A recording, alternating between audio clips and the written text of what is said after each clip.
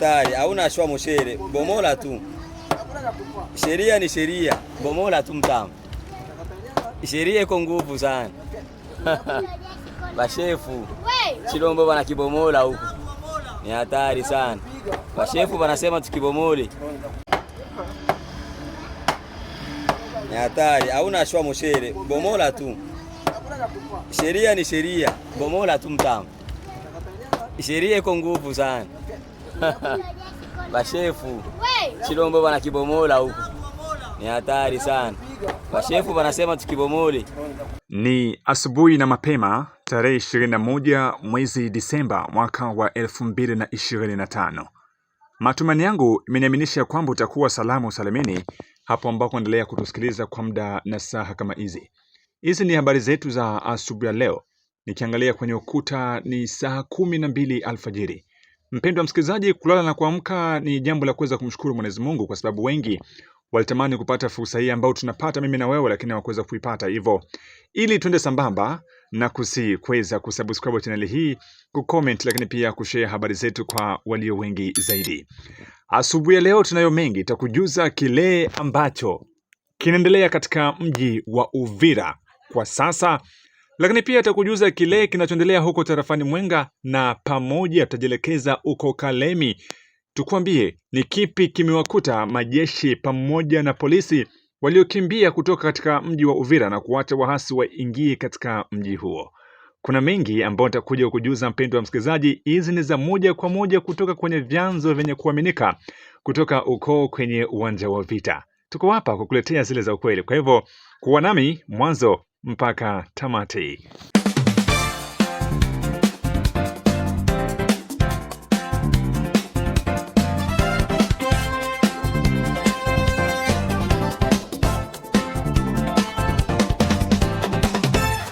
Natumai kwamba utakuwa salama usalimini. Na sasa nakukaribisha mara tena, na moja kwa moja tufungue ukurasa wetu wa habari na habari kutoka uko mjini Uvira ambako kunaripotiwa na matukio mengi kufuatana na jinsi siku zinavyozidi kusonga na mambo yanazidi kubadilika katika mji wa Uvira. Moja kati ya habari kuu siku ya leo ni kwamba hali ya wasiwasi endelea kuripotiwa katika mji wa Uvira mashariki mwa nchi ya Jamhuri ya Demokrasia ya Kongo. Kwa mujibu wa taarifa ambazo zimeweza kutufikia kwenye meza yetu ya uhariri, mpendwa msikilizaji, ni kwamba kwa amri ya wahasi wa AFC M23, mnara wa kumbukumbu wa Rais Felix Tshisekedi Antoine Chilombo umebomolewa Jumamosi katika eneo la Kasenga ndani ya mji wa Uvira. Tukio hili linatokea wakati ambapo wahasi hao walikuwa wametangaza kujiondoa katika baadhi ya maeneo ya Uvira, hali iliyozua maswali mengi miongoni mwa wakahaji kuhusu nia halisi ya kundi hilo. Vyanzo kadhaa vya ndani vinaripoti kuwa wakahaji walilazimishwa kushiriki katika kazi za nguvu za umma zinazojulikana kama salongo, ikiwa ni pamoja ya ubomoaji wa mnara huu wa Rais Felix Tshisekedi ambao ulijengwa kwa kumbukumbu na kwa heshima tele ya rais ya nchi ya Jamhuri ya Demokrasia ya Kongo. Aidha, taarifa zingine zinaeleza kuwa vikosi vya AFC M23 vinavyoungwa mkono na jeshi la Rwanda RDF vimeonekana katika maeneo ya Makobola pamoja na vitongoji vinavyozunguka Kiliba, jambo linaloongeza hofu ya kuendelea kwa machafuko ya ukosefu wa usalama katika eneo hilo.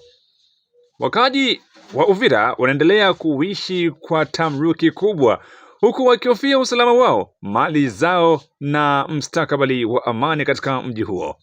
Hadi sasa mamlaka za serikali hazijatoa tamko rasmi kuhusu tukio hilo. Tunazidi kufuatilia habari hizi kwa kina ili tukuje kukuhabarisha. Mpendwa msikilizaji, siku 3 zilizopita nimekuja kukueleza ya kwamba wahasi wa AFC M23 bado wapo katika mji wa Uvira. Kuna baadhi ya watu waliweza kukomenti posti habari hizo kusema kwamba tunakuwa tunawatangazia watu habari za uongo wakati video zimeonekana wahasi wameondoka. Sasa sisi tunakuwa tunakanusha na kusema kwamba wahasi hawajaondoka. Sasa laiti wahasi wangekuwa wameshaondoka katika mji wa Uvira, je, mnara wa Rais Felix Tshisekedi ungevunjwa kwa nini? Umeona maswali ya kujiuliza mpendwa msikilizaji? Na laiti wahasi wana mpango wa kuondoka, je, mnara huo ungewahusu wauvunjie kitu gani? Baada ya mnara huo kuvunjwa, maswali yamekuwa mengi miongoni mwa jamii, wakijiuliza sasa nia na madhumuni ya kuweza kuvunja mnara huo ni nini haswa?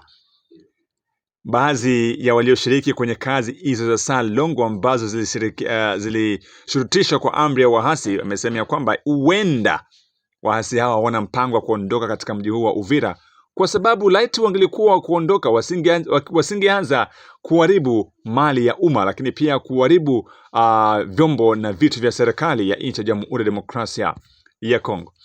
Hivyo mpendwa wa msikilizaji na mtazamaji wetu, na kuja kukumbusha kwamba mpaka sasa waasi wa AFC M23 wanapatikana katika mji wa Uvira wakiongoza pamoja na uongozi wao katika eneo hilo, na hali endelea kuwa wasiwasi kwa sababu ya matukio mengi ya mauaji endelea kuripotiwa siku baada ya siku, ikiwemo pia matukio ya wizi pamoja na matukio ya unyanyasaji. Hiyo ni hali halisi ya kile ambacho kinaendelea huko mjini Uvira, mji ambao ulichukuliwa kama mji mkuu kwa muda wa jimbo ya Kivu Kusini baada ya Bukavu kuingia mikononi mwa waasi. Na kwa sasa kuna taarifa ambazo bado hazijakamilishwa zisemazo kwamba mji wa Baraka ndio unaweza kuchukua nafasi ya kuongoza jimbo ya Kivu Kusini kwa muda baada ya Uvira pia kuingia mikononi mwa waasi wa AFC M23.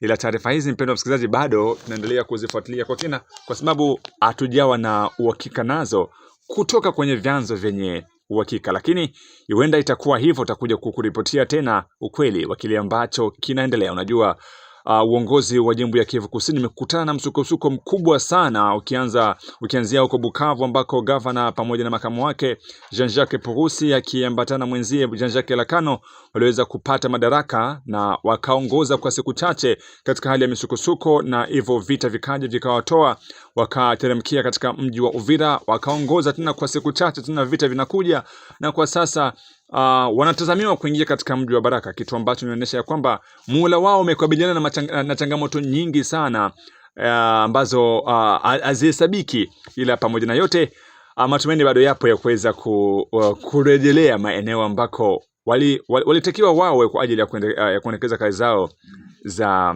uongozi. Lakini kabla hatujazungumzia jambo lingine, wewe kama msikilizaji na mfuatiliaji wa habari zetu, habari za mashariki mwa DRC, una kipi cha kuzungumza? Je, unapokeaje mji mkuu, yani jimbo kuhamia katika mji wa Baraka baada ya Uvira kuingia mikononi mwa waasi? Je, unapokeaje hilo swala la uongozi wa mkoa wa Kivu Kusini kuhamia katika mji wa Baraka? Wewe unapokeaje swala hilo? Tuandikie kwenye comment. Aizo unahisi ya kwamba tuandikie hapo kwenye comment mpenda msikilizaji na mtazamaji wetu, ili tupate kujua maoni yako ni yapi kuhusiana na uhamisho wa jimbo, uongozi wa jimbo baada ya mji wa Uvira kuweza kuingia mikononi mwa waasi mara tena.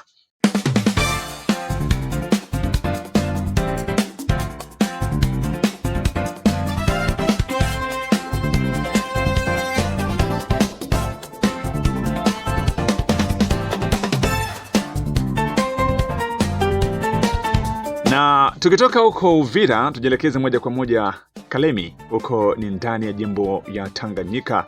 Hali ya maisha ni shwari kabisa huko kutokana na habari ambazo tumezipata kwa wenzetu walioko maeneo hayo ya Kalemi. Lakini ni kipi kinaendelea? Unajua, baada ya mji wa Uvira kuingia mikononi mwa waasi, kuna baadhi ya majeshi ambao waliweza kukimbia pamoja na vikosi vya jeshi polisi waliweza kukimbia na kujielekeza moja kwa moja katika mji huo wa Kalemi. Sasa kilichowakuta ni nini? Mahakama ya kijeshi ya Kalemi imezindua kesi kubwa na yenye uzito mkubwa dhidi ya jumla ya majeshi na polisi 124 wanaotuhumiwa kukimbia mbele ya maadui pamoja na kuikiuka amri ya kijeshi wakati wa mapigano dhidi ya waasi wa AFC M23 katika mji wa Uvira mkoani Kivu Kusini.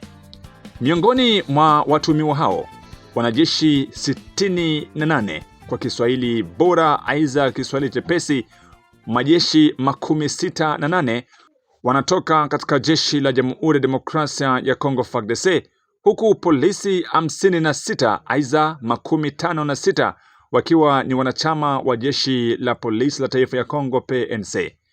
Wote wanakabiliwa na mashtaka mazito ya kuhusiana na kusilimu amri kwa adui na kushindwa kutekeleza maagizo ya viongozi wao, makosa ambayo yanachukuliwa kwa ukubwa sana hasa katika mazingira ya vita.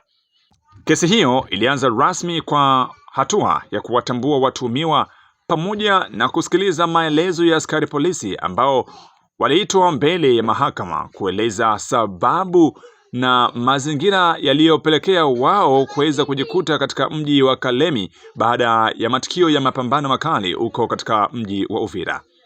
Akizungumza wakati wa ufunguzi wa kesi hiyo, Luteni Kanali Mudiunga Desire ambaye ni rais wa mahakama ya kijeshi ya Kalemi alisisitiza umuhimu mkubwa wa kesi hii kwa vyombo vya ulinzi na usalama nchini. Alieleza kuwa kesi hiyo inalenga kuwakumbusha wanajeshi na polisi wajibu wao wa kulinda taifa na kuheshimu nidhamu ya kazi. Nia ya kesi hii ni kutoa funzo na onyo kwa wote waliokula kiapo cha kulinda jamhuri, alisema Luteni Kanali Mudiunga. Jeshi na polisi wanapaswa kuzingatia sheria na kanuni hata katika nyakati ngumu na hatari kubwa.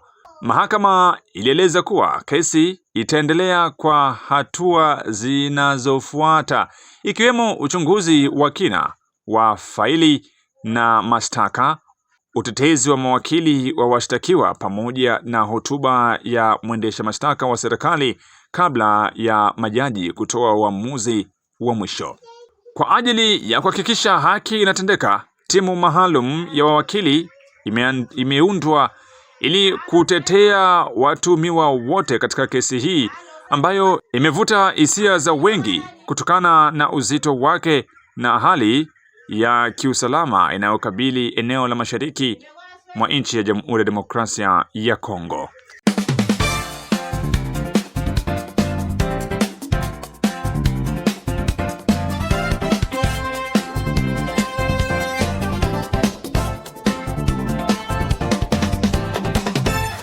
Na sasa jelekeze uko tarafani Mwenga ambako vikosi vya wazalendo vinavyoongozwa na Meja Jenerali Nyakiriba Matebura Daniel, kiongozi wa kundi la PAPCO, vinaendelea kupata mafanikio dhidi ya waasi wa AFC M23 katika eneo la Mwenga, jimboni Kivu Kusini.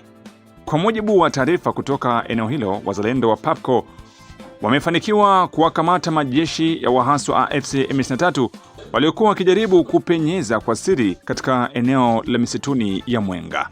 Baada ya majeshi watatu wa AFC M23 kukamatwa siku ya Ijumaa tarehe 19 Disemba mwaka wa 2025, leo hii taarifa zaidi zinaeleza kuwa majeshi wengine wa kundi hilo la waasi wamejitokeza na kujisalimisha wenyewe mbele ya vikosi vya wazalendo wa PAPCO katika eneo hilo.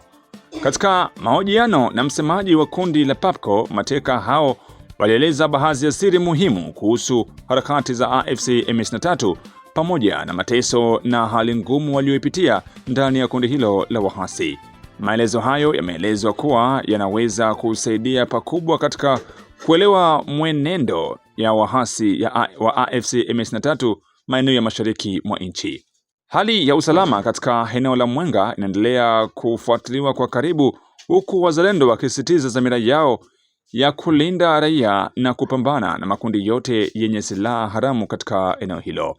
Haya hapa ni mahojiano ya msemaji wa kundi la PAPCO kutoka huko Mwenga na mateka hao ambao waliweza kuwashika. Hivi utanijibia, kuko grupe mnasikia kule kwenu, grupe mnasikia kule kwenu wanaita jina ya Corbeau ya Foka Mike, eske mnabajua kule kwa M23? Ndio, hiyo jina mimi nimeisikia kule nikiwepo kule. Kuna juu M23 kisunaiwa sisi wasoda wa chini hatuongoze kuwa na vyombo, ile mahabari tunisikiaga kwa jina kama hiyo linasemeka ndio kule Foka Mike kisi iko pale, ndio tunasikia hiyo jina. Na alifika mu niveau ya kuforme babiana kuwatia wazalendo ili tulikuwa na hiyo, na kulifika niveau mpaka dada yake anakamatiwa mateka ile tulikuwa na iua. Na ukiangalia pia ile ni vitu vya politiki. Ni vitu vya politiki. Kitu muhimu nilikuwa naomba kwa wazalendo. Ndio, tuko kama vile majufre. Jufre yameanza matake jufre. M23 kunapitia kwa kila grupe yoyote. Ni kukua na ange na vingine magrupe. Juu kuko grupe zinatuzisha sie peke. Kuna swali nitaka kuswali. Eske ule Foka Mike kuna viana asaka support mule mu M23? Biana mingi iko natoka ku grupe za wazalendo. Ndio kwa M23 iko na créer des groupes ya kutoka kwa wazalendo banatoka kwa ile magrupe inajiunga nabo kupana makuta.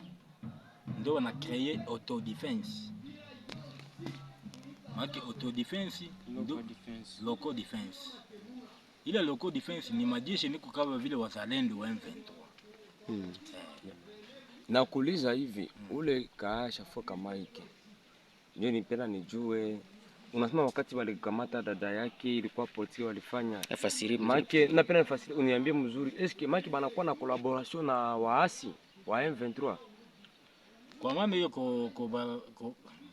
collaboration na waasi ile ipo, kwa maana tunasikia watu gisi wanaongea na gisi wakubwa wanaongea kwenye chombo tu kupemea. Kwa maana gisi unaniona hapa mimi nilikuwa escort wa colonel, mimi nilikuwa naye kule.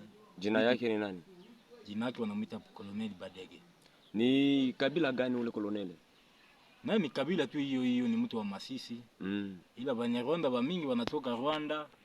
Ukibauliza hawezi kamera wanatoka Rwanda. Wote wanasemaga ni Masisi. Sasa wakati ulikuwa chief escort ule colonel, unapasha jue vya mingi sana. Sasa ulikuwa unasikia anakuambia historia ya ule bwana Foka Mike wa Corbonnoir. Historia ilichezeka kuku kagemu kalichezeka kukamata dada yake mateka. Makuta ikapaniwa juu ionekane kama yeye alipania dada yake makuta. Na ile makuta ilikuwa natoka ngambo juu ya kumulipa juu kuacha njia. Kuacha njia ya kwenda wapi? Kwenda Walungu wala kwenda Mwenga? Kwa maana M23 iko mu mapambano ikamate Mwenga ti Walikale. Ndio mwisho wao ti na nini Kisangani. Ndio mipango wanao ile. Ndio. Na Kindu. Ndio. Kindu wanafika. Nitaka kuuliza sana namna gani mimi hivi. Kwa hii mapambano mlipambana hapa siku zilizopita hapa Kirungutwe Kalama Butongo. Eske kulikuwa uhusiano mlisikia eti wa soda wa Corbo wamoja wao walijiunga kwenu? Kwa maana tulisikia kuna watu wamejiunga, ila kujiunga upande wetu ambao sisi tulikuwa. Walijiunga upande mwingine. Na walitoka walisema ni wazalendo ni wanani? Wakisi tunajua walisema ni wazalendo. Ila tuwezi jua kama hiyo grupe. Mimi haiwezi kosa tu niyo. Mbona nitaka kuuliza hivi. Kule kwa mnakuwa kuna wa askari wala wazalendo mshaona wanavala teni ya iko sawa noir blanc. Iko sawa ma training ya noir blanc, kuna mnawaona? Kwa maana kusema vile wote wanaokuja tunawaita wazalendo. Wakifika kule waruhusiwi kuvaa mavazi ambayo walitoka huku, wanapewa mavazi moja mekundu ya rangi ya mweusi chocolate. Na yengine swali ndauliza. Sasa kule unasikia unanyambia kama kuna grupe mbalimbali ya nanga ya nani, zinakuwa namna gani? Hizo grupe ndio zinaforme, ndio wanasema Alliance du Fleuve Congo. Kuna grupe ngapi? Ni grupe 4. Huko grupe ya tuseme ni grupe ambayo inatoka kwa Kagame ambayo wanaita nini? RDF. Ndio wanaita Kongo tunawaita friend. Kuna nyingine grupe ambayo inamilikiwa na Sultani Makenga. Ambayo ndio hili ndio inajiita M23. Hili inamilikiwa na Sultani Makenga. Kuna nyingine grupe ambayo nanga nimemsema. Nanga. Colonel Nanga. Grupe ya 4 ni grupe ambayo imetoka nani Ituri ambayo inatumikishwa na nani na Thomas Lubanga. Sasa nauliza nyingine swali hivi. Nasikia sasa Kabila, kwa nini watu wanasema kama naye ana support M23? Ni kiongozi mule na wala namna gani? Na kundi yake ni gani naye? Yeye Kabila ni ndio mimi ndio ningemuita kiongozi, kwa maana ulinzi wote anaofanywa ni ulinzi ambao unastahili kulindwa kiongozi. Wana Kabila atembee na makonvo hata 200. Yeye mwenyewe anaweza katembea na escort. Wana ni kiongozi tu, kwa maana yeye Kabila sisi wa jeshi atuongee naye sana. Ni mtu ambaye anafika leo anajiendea. Okay. Sawa. Mpendwa msikilizaji na mtazamaji wetu, nasema shukrani za dhati zije kwako wewe ambao uko nasi katika habari zetu za asubuhi, mchana na jioni. Lakini pia tunaendelea kusema asante kwa wale ambao wamesha-subscribe channel hii, kucomment pamoja na kushare. Na hapa ndipo tunaweka nukta katika habari zetu za asubuhi ya leo ambazo zilisomwa kwenye nami mtangazaji wako Ramsey Ramadhani kutoka mashariki mwa nchi ya Jamhuri ya Demokrasia ya Kongo. Hii ni Amani TV Media.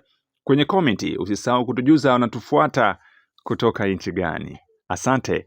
Tukutane tena katika taarifa zetu za hapo baadaye. Uwe na siku njema. Bye bye.